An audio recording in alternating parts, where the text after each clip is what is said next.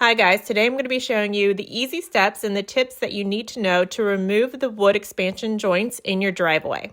As you can see, I've got a huge 30-year-old driveway. Some of the expansion joints fell out years ago. Some of them were partially rotting, they were easy to remove, and some of them were really hard to remove. So I've got all of the steps and tips that you need to know to get those out, even when they're really hard to do. If you're lucky, your wood will pop out in one big solid piece. In that case, to remove the wood expansion joints in your driveway, all you're going to really need is a pry bar with a thinner end. You think something about 3/4 of an inch or thinner so that it's matching the width of that wood or a little bit smaller than the width of that wood. And then you need a hammer, a mini sledge, or a rubber mallet to hit the end of that pry bar. And then a third tool that you can use for leverage underneath that pry bar. If you look at what I'm doing here, I'm trying to get that pry bar underneath the wood. So my wood is a 1x4, I believe. So it's about 3.5 inches deep into that concrete driveway. Then I use a hammer or a rubber mallet to get that pry bar at least a few inches underneath that wood so that I could then press down on that pry bar using leverage with another tool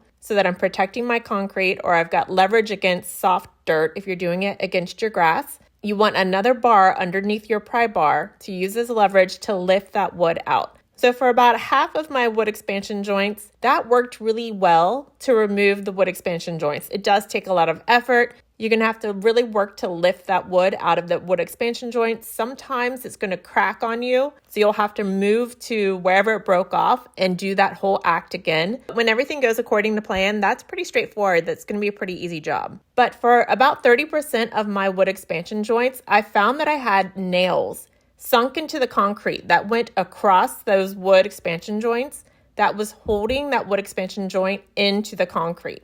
And then they would start to break off halfway through or just partially break off so that I couldn't get the bottom half, the deeper part of that wood expansion joint out of my concrete. So working on those wood expansion joints is going to be a little bit trickier. Let's talk about that now.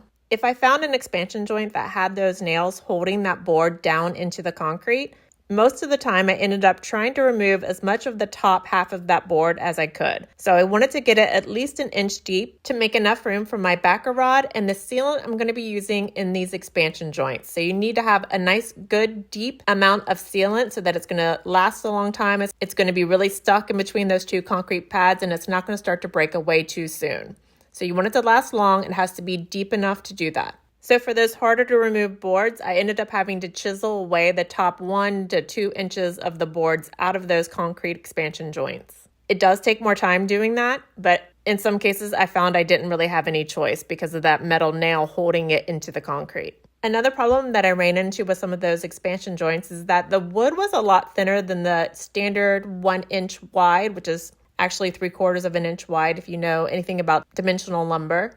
Sometimes the boards that were used seemed to be closer to a 1/2 inch wide, so my pry bar did not fit into those gaps. In that case, I ended up using one of my larger screwdrivers as kind of a chisel to remove that top 1 inch or 2 inches that I could remove from those areas. So as a last resort, if you've got tight sections like I did, going for a large screwdriver is going to really help in a pinch. That's it for how to remove the wood expansion joints in your concrete driveway. If you have any questions, as always, put them in the comments below. I do try to answer them whenever I get a chance.